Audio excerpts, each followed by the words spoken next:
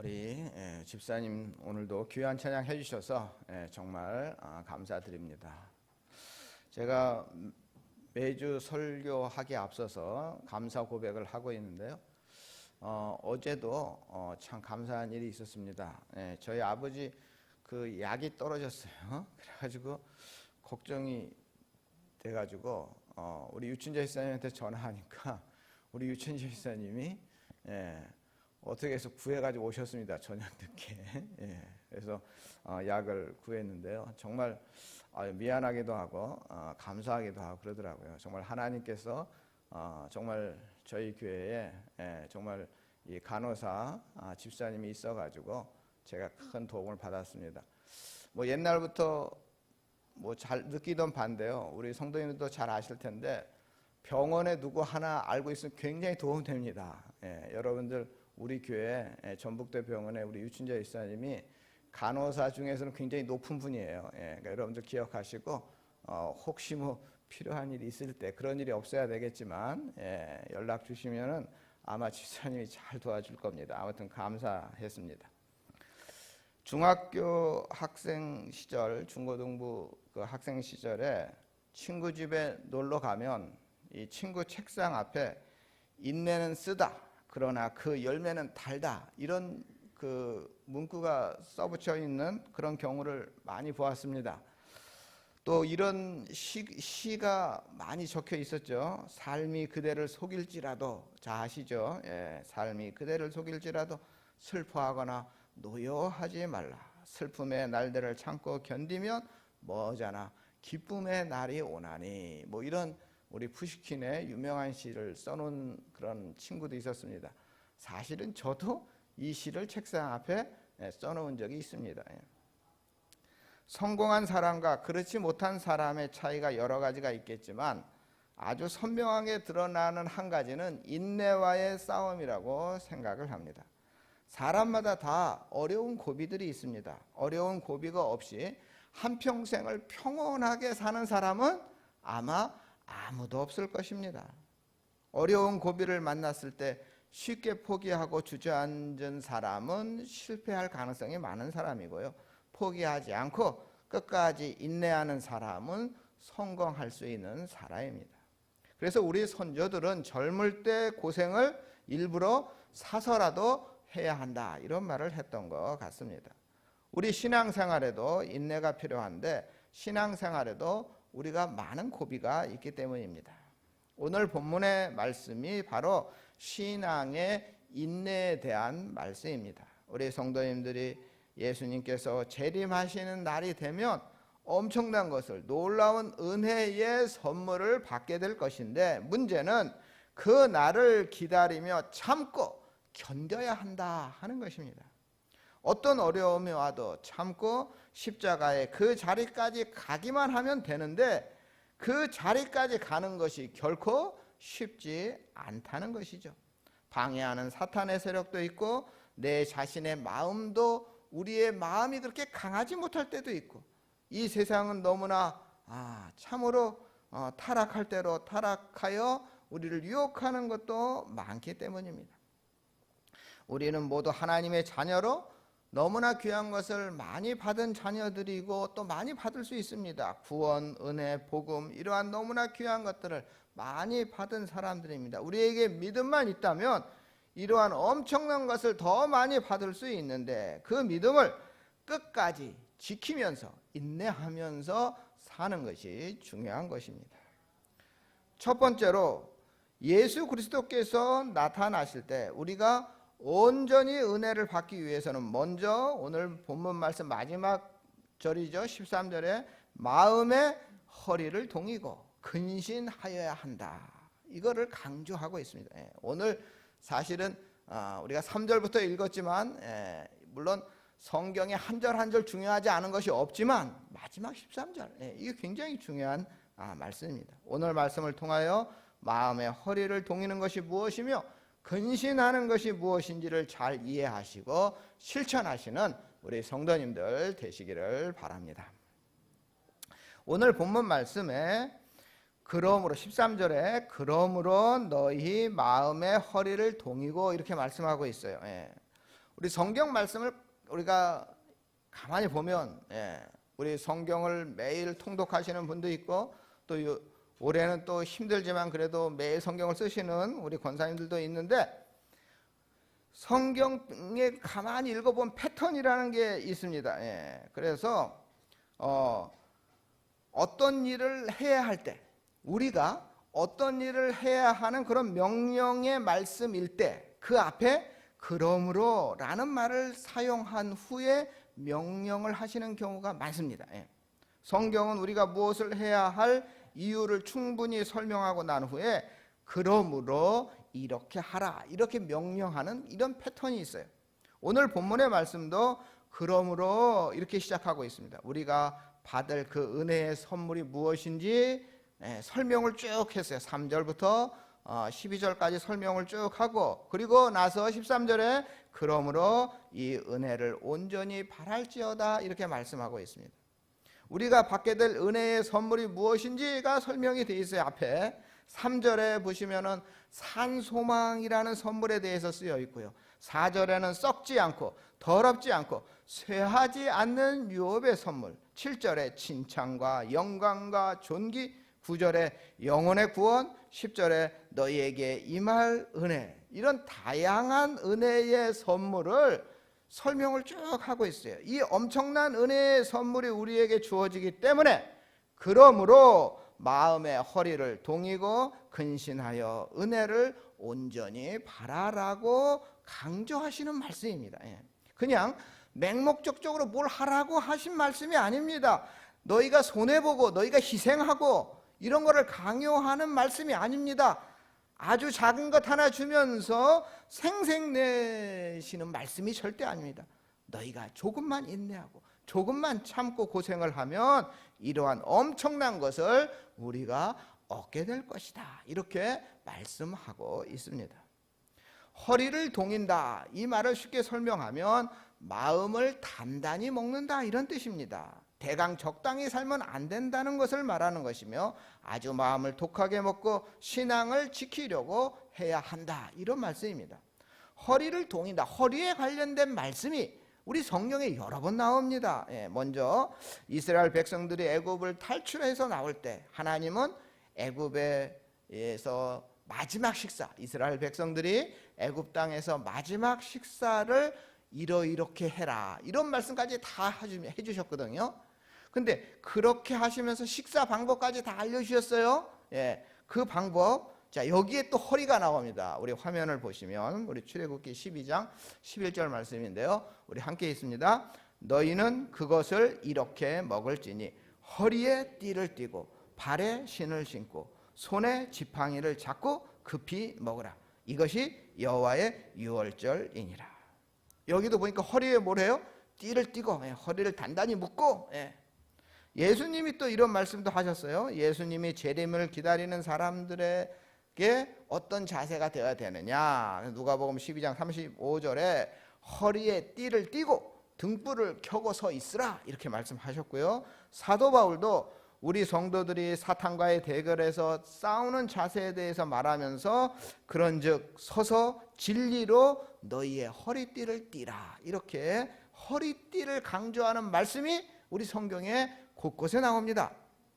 옛날 사람들은 오늘날처럼 이렇게 체형에 딱 맞게 옷을 만들지 못했습니다. 여러분 옛날 옷들 한번 생각해 보세요. 동양이나 서양이나 옛날 옷들, 1000년 전에 입었던 옷들을 가만히 보세요.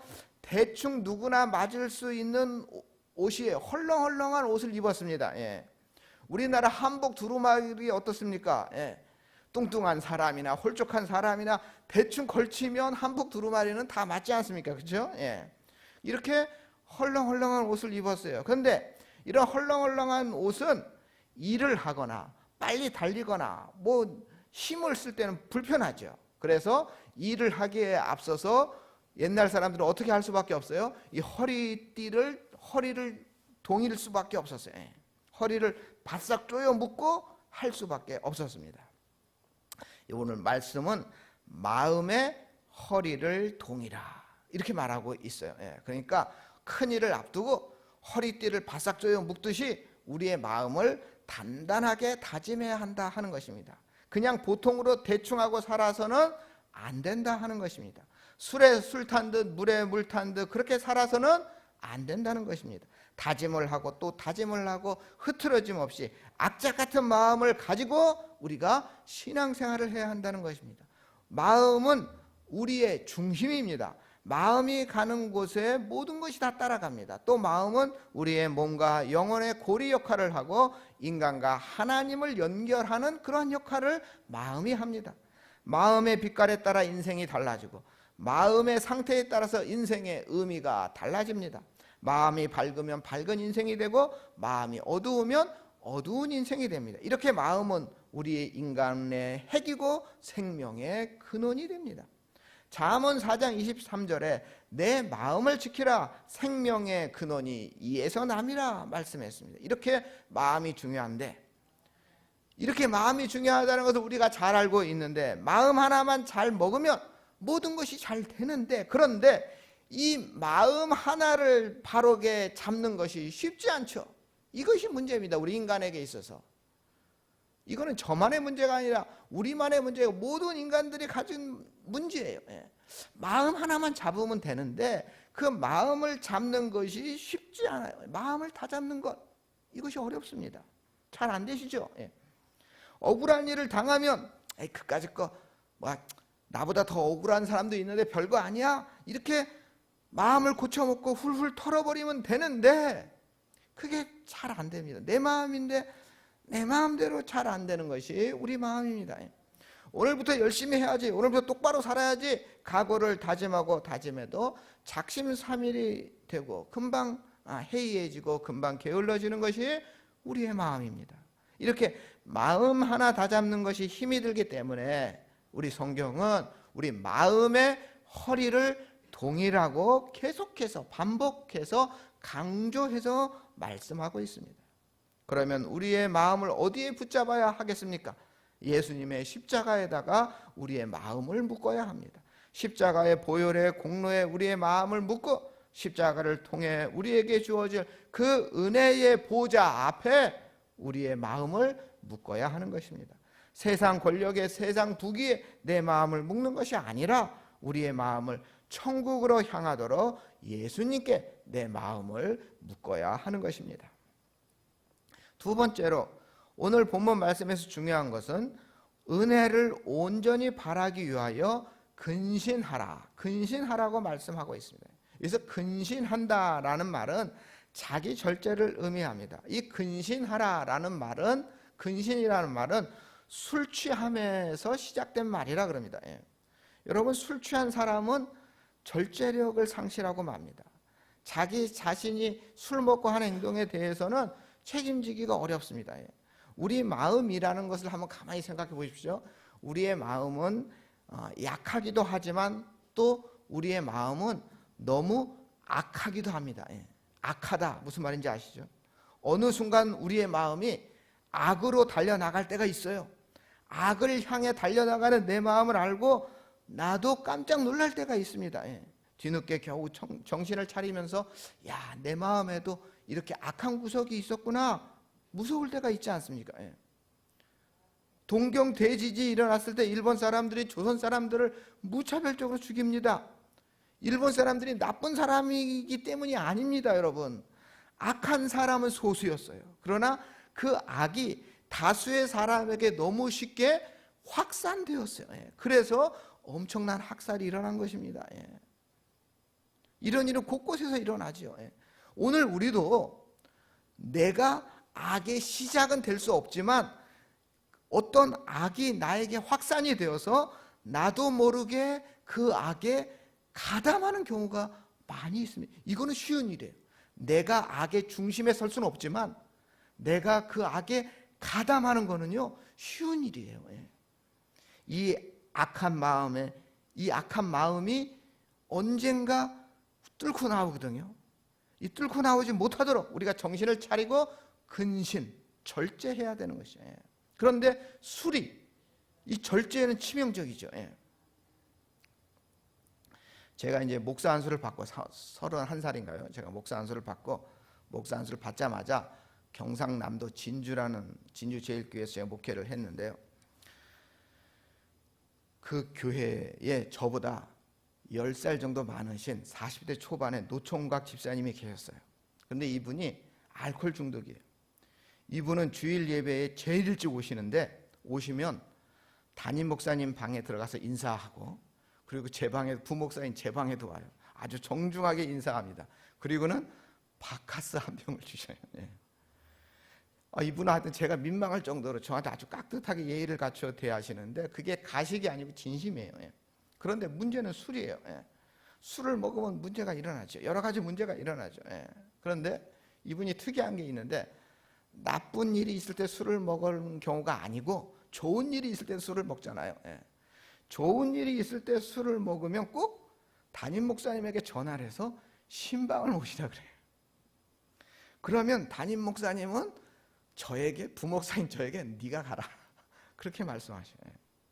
처음에는 담임 목사님이 가셨죠. 근데 담임 목사님이 가도 이게 해결이 안 돼. 너무 습관적이야. 그래서 이제 담임 목사님이 부목사님 저보고 이제 가라고 하시는데, 신방을 가면 이분이 이 술에 취해 있어요. 예. 이분이 술에 취해 있으면서도 저를 보자마자 기도해 달라 그럽니다. 예. 그리고는 꼭 밥을 먹으라 그럽니다. 예. 아니 어떤 경우는 식사한 지 얼마 안 되고 갈 수 있잖아요. 근데도 꼭 밥을 먹으라 그럽니다. 반드시 밥을 먹어야 돼요. 예. 또 힘든 거는 뭐냐? 여러분, 사투리를 제가 이해하는 것이 완벽치 않은데, 술을 먹고 사투리를 쓰면 더 이해하지 못해요. 그렇죠? 예. 그런데 이제 한 2달 정도에 한 번, 2-3달 정도에 한 번씩 꼭 병이 도져서 이제 전화가 오고, 그럼 거기에 신방을 가는데, 이제 몇 번 가니까 요령이 생겼어요. 어떻게 하면 빨리 나올 수 있냐면, 그분이 말씀하신 것을 잘 듣고, 예, 그렇습니까? 힘을 내십시오. 용기를 북돋아 주고, 잘하셨네요. 칭찬하고, 그러면은 빨리 끝나요. 예. 그러면은 이제 빨리 나올 수가 있어요. 그런데 이게 사투리로 하면서 이게 반어법 같은 거 있잖아요. 반어법. 그러니까 반어법을 캐치하지 못하면 내 거꾸로 대답을 하는 거잖아요. 예. 그러면 처음부터 다시 됩니다. 예. 처음부터. 그런 일이 있었어요. 예. 초보 목사 시절이고 참 이 어려운 에피소드들이 많은데, 이분은 어릴 때부터 신앙생활 하신 참 좋으신 분인데 술을 절제하지 못했어요. 결국 이제 가족들이 나중에 병원에 입원시키셨는데, 병원에 입원하고 얼마 지나지 않았어요. 제가 서울로 다시 오게 됐어요. 예. 이분이 항상 제일 잘하는 말이 뭐냐면, 목사님 저 딱 한 잔만 먹었습니다. 이 말을 맨날 하죠. 예. 목사님 이해하시죠? 예, 저 지금 딱 한 잔만, 기분이 좋은 일이 있어서 딱 한 잔만 먹었습니다. 이렇게 이 말을 계속 반복합니다. 예. 결국 이 딱 한 잔 마신다는 것이 그만 이분을 알코올 중독의 깊은 늪으로 빠져들게 한 것이죠. 예. 마음을 절제하지 못해서 중독이 된 것입니다. 예. 사람마다 자기가 좋아하는 것이 있습니다. 예. 많은 사람들이 그 좋아하는 것을 절제하지 못해서 어려움에 빠집니다. 자기가 좋아하는 것이라도 적당히 하면서 살면 얼마나 좋겠습니까? 그런데 많은 사람들이 그 적당이라는 것이 어렵죠. 예. 지나친 욕심에 빠져서 그 욕심을 채우기 위하여 인간다움도 잃어버린 사람들이 많이 있습니다. 오늘날 우리들 대부분이 이러한 욕심에 빠져서 헤어나오지 못하는 것이죠. 예. 심지어 교회에 잘 다니는 우리 성도님들도 이 세상의 향락에 빠져서 천국으로 향해 가지 못하는 경우도 종종 봅니다. 그래서 우리가 정신을 차리고 근신해야 되는 것입니다. 우리의 신앙이 바른 길로 가고 있는지를 정신 차려서 점검하고 살펴보고 바른 길로 갈 수 있도록 꾸준히 내 마음을 컨트롤해야 되는 거죠. 그것이 바로 마음의 허리를 동이고 근신하는 것입니다. 마음을 강하게 해야 됩니다. 마음을 강하게 한다는 것은 십자가의 복음을 회복하는 것입니다. 많은 사람들이 다 이 세상에 취해서 혼란하게 산다 할지라도 우리는 이 십자가의 복음을 붙잡고 우리의 마음을 강하게 해야 합니다. 강하게 하지 않으면 우리도 언제 저들처럼 변할지 모릅니다. 우리 안에 악의 씨가 있습니다. 예. 이 악의 씨가 언제든지 튀어나오려고 그래요. 이 악의 씨가 언제 내 마음 가득히 확산될지 모릅니다. 현재 나로 하여금 취하게 하는 것은 없는가? 절제하지 못하고 점점 그 속으로 빠져들게 만드는 것은 없는가?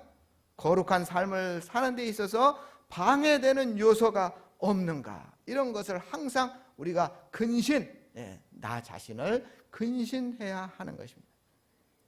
그래서 베드로 사도가 근신하라 하는 말씀을 자주 해요. 그래서 베드로 전서 5장 8절 말씀에도 또 근신하라고 합니다. 우리 화면 보시고 함께 읽겠습니다. 함께 있습니다. 근신하라, 깨어라. 너의 대적 마귀가 우는 사자같이 두루 다니며 삼킬 자를 찾나니. 오늘 본문 말씀에 그리스도에 나타나실 때에 가져올 은혜를 온전히 바랄지어다. 은혜를 온전히 바랄지어다. 이 말씀도 굉장히 중요한 말씀입니다. 우리가 이 세상에 살면서 하나님의 은혜를 많이 받고 삽니다. 아니, 이 세상 사람 다, 모든 사람, 교회를 다니는 사람이나 교회를 다니지 않는 사람이나 하나님의 은혜로 살아갑니다. 그런데 이런 은혜들 가운데 우리가 바라고 살아야 될 은혜가 있습니다. 그것은 그리스도께서 재림하실 때 그 재림하실 주님께서 가지고 올 그 은혜를 바라라 하는 말씀입니다. 이 세상의 모든 일이 끝나고 드디어 우리 예수님께서 재림하실 그때 예수님께서 우리에게 주실 은혜가 있는데 그것이 진짜 은혜이고 그것이 우리가 바라보아야 할 가장 귀한 은혜라는 말씀입니다. 그 은혜야말로 구원의 완성이고 영원한 천국에 들어가는 것이고 새하늘과 새 땅에서 영원한 생명을 가지고 영생 복락을 누리는 것입니다. 이 세상에서 받는 은혜도 중요하고 좋은 것이 많지만 우리가 바랄 궁극적인 은혜는, 최종적인 은혜는, 최고의 은혜는 예수님의 재림과 함께 시작되는 영원한 하나님 나라인 것입니다. 그리고 이 은혜를 온전히 바라라 말씀하고 있습니다. 온전히, 이 말씀이, 이 단어가 중요합니다. 온전히라는 말은 다른 것은 보지 말라 이런 뜻입니다. 우리가 하나님의 은혜를 바랄 때 오직 그 은혜만을 바라라는 것입니다. 이것저것 다 받고 정말 거기에 더하여 하나님의 은혜까지 받으면 얼마나 좋겠습니까? 그런데 그렇게 하지 말라는 것입니다. 보통 우리가 말하기를 영원한 천국도 가지만 또 이 세상에서 누릴 거 다 누리면서 살면 얼마나 좋겠냐, 이런 생각을 우리가 합니다. 저도 그렇게 생각할 때가 많이 있었습니다. 우리가 하나님의 자녀인데 이 세상도 하나님께서 우리에게 주신 것이고 생육하고 번성하여 땅에 충만하고 정복하고 다스리고 살라고 주신 땅에서 우리가 살고 있지 않느냐. 그러니 우리가 누릴 것을 다 누리고 살아가는 것이 얼마나 좋겠냐, 이런 생각 해봤습니다. 그런데 그렇게 되지 않는 것이 우리 인간의 문제이고 우리 인간의 한계입니다. 하나님은 우리가 다 누리며 살기를 원하십니다. 그런데 문제는 우리에게 있습니다. 우리가 정말 모든 것을 다 누릴 때 문제가 생깁니다, 여러분. 우리가 누리지 못하도록 하나님이 막으셔서 우리가 못 누리는 것이 아니라 우리 스스로가 문제가 되기 때문에 우리가 못 누리는 것입니다. 무슨 말이냐? 이 세상에서 우리가 잘 먹고 우리가 잘 살면서 모든 것을 다 누리면서도 허리에 우리가 마음의 허리띠를 동이고 우리가 마음을 단단히 먹고 정신을 똑바로 차리고 천국을 향해서 믿음으로만 나아가면 얼마나 좋겠습니까? 그런데 이상하게 그게 안 된단 말입니다. 사람마다 다 이렇게 말합니다. 하나님, 제게 모든 것을 다 주십시오. 모든 재물을 주십시오. 모든 권력을 주십시오. 모든 명예를 다 주십시오. 하나님의 영광을 위해서 제가 그 주신 것들을 다 잘 쓰겠습니다. 신앙생활 더 열심히 할 것이고 하나님이 싫어하시는 교만한 삶을 살지 않고 겸손하게 하나님을 위해서만 살겠습니다. 명예도 주시고 권력도 주시고 물질도 주시고 다 주십시오. 하나님께서 그런 거짓말하는 사람 한두 명 본 것이 아니다, 이렇게 대답하십니다. 말짱 거짓말이라는 것을 하나님이 다 아십니다. 돈이 많으면 교만해집니다. 돈이 많으면 걸음걸이가 달라집니다. 돈이 많으면 하나님을 멀리하고 세상으로 더 나아가고 돈이 많으면 천국으로 가려고 하지 않는 것이 우리 대부분의 사람들입니다. 그래서 오늘 본문은 이렇게 말씀하는 것입니다. 너희가 하나님의 은혜를 바라되 온전하게 바라라. 오직 그 은혜만을 바라라 하는 것입니다. 다른 것은 다 버리고 오직 예수님께서 재림하실 때 주님께서 가지고 오셔서 우리에게 주실 그 은혜의 보좌만을 소망하면서 나아가라 하는 것입니다. 뭐 이것저것 달라 하지 말고 오직 천국만을 향해서 나아가라는 것입니다. 우리에게는 산 소망이 있습니다. 헛된 소망도 아니고 거짓된 소망도 아닙니다. 우리 주님께서 다시 오시는 날 우리에게 주실 영원한 생명, 영원한 하나님의 나라가 우리의 산 소망입니다.